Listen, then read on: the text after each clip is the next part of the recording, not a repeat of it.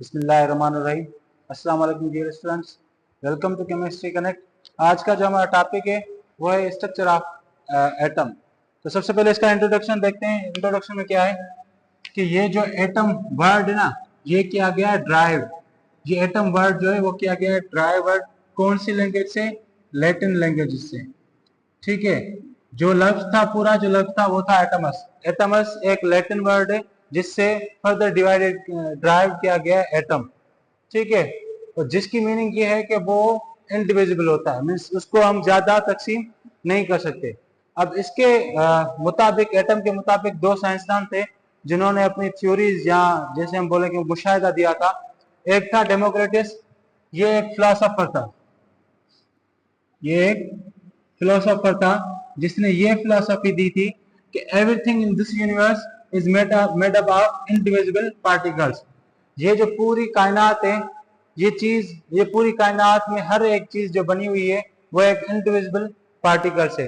अब ये था एक फिलोसोफर, इसने जस्ट एक मुशाहिदा किया और एक फिलोसफी दी कि हमारे पास जो यूनिवर्स है, यूनिवर्स में हर एक चीज, एवरीथिंग, वो बनी हुई होती है इनडिविजिबल पार्टिकल्स। अब वो इनडिविजिबल पार्टिकल जो है वो क्या चीज है, कहाँ से आई है, उसका नाम क्या है, कुछ भी नहीं पता था।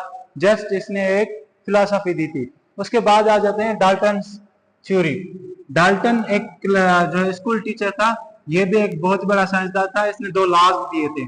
ठीक है। अब डाल्टन ने क्या बोला, इसने भी यही सेम चीज बोली थी कि हमारे पास जो भी कायनात में चीज बनी हुई है वो स्मॉलेस्ट पार्टिकल्स या इंडिविजुअल पार्टिकल्स से बनी हुई होती है। पर इसने एक काम ये किया था कि उसने उसको नाम दिया था, और वो नाम था एटम। ठीक है। मतलब डाल्टन ने बोला कि आपकी पूरी कायनात में जो भी चीजें बनी हुई है वो सब के सब क्या है, इंडिविजुअल पार्टिकल्स की बनी हुई है, जिसको उसने नाम दिया था एटम। अगर यहां तक देखें तो हमारे पास क्या है कि ये जो भी सारी स्टडी है, it is according to the old science. Means के ये जब मॉडर्न साइंस में आप जब आते हैं तो ये चीजें वहां पे चेंज हो जाती हैं। वहां पे ये चीज ऐसे नहीं है जैसे यहाँ पे बताई गई है। अगर मॉडर्न साइंस में देखें तो वहां पे हमने पढ़ा हुआ है कि atom is divisible particle. It means कि आप एटम को क्या कर सकते हैं, फर्दर डिवाइडेड कर सकते हैं इनटू सब पार्टिकल्स। अब अगर हम देखें तो यहाँ पे ओल्ड साइंस में क्या था कि आप एटम को फर्दर डिवाइड नहीं कर सकते। पर मॉडर्न साइंस में क्या हो रहा है कि आपका जो एटम है उसको आप फर्दर डिवाइड कर सकते हैं।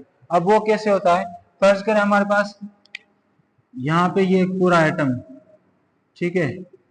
अब इसके अंदर क्या होता है, यहाँ पे हमारे पास दो पार्टिकल्स ये हैं और एक पार्टिकल ये। अब इनको हम क्या बोलते हैं, ये हमारे पास जो होते हैं शेल्स में, इनको हम बोलते हैं कि ये इलेक्ट्रॉन है। और ये जो न्यूक्लियस में होते हैं इनको हम बोलते हैं कि ये हमारे पास प्रोटॉन और न्यूट्रॉन है। ठीक है। इट मीन्स कि आपने क्या किया है, इनको जो ये पूरा एटम है इसको फर्दर डिवाइडेड किया है कितने पार्ट्स में? तीन में, इलेक्ट्रॉन, प्रोटॉन, न्यूट्रॉन। पर जबकि अब ये तो ये भी मॉडर्न साइंस में आ जाता है। तो यहाँ पे क्या है कि आपकी जो मॉडर्न साइंस है ना, इसने क्या किया है कि आपका जो एटम है ना, almost almost 100 new particles discover किए हैं। कहाँ से? एटम से। एटम को तोड़ करके उसके ऑलमोस्ट जो 100 पार्टिकल्स हैं वो बनाए मॉडर्न साइंस में, मॉडर्न स्टडी में हम जैसे बोले। तो ये था आज का टॉपिक हमारे पास कि स्ट्रक्चर ऑफ एटम क्या होता है, एटम कहाँ से लेते हैं, मतलब एटम की जो वर्ड की मीनिंग है वो क्या है, कौन सी लैंग्वेज से ये लिया गया है, और कौन कौन साइंसदानों ने इसका मशवरा किया था या इसका मुशाहिदा किया, या किन्होंने थ्योरी दी, कैसे किया। फिर मॉडर्न साइंस में ये इलेक्ट्रॉन, जो प्रोटॉन और न्यूट्रॉन है, ये क्या चीज़ है। Thank you so much.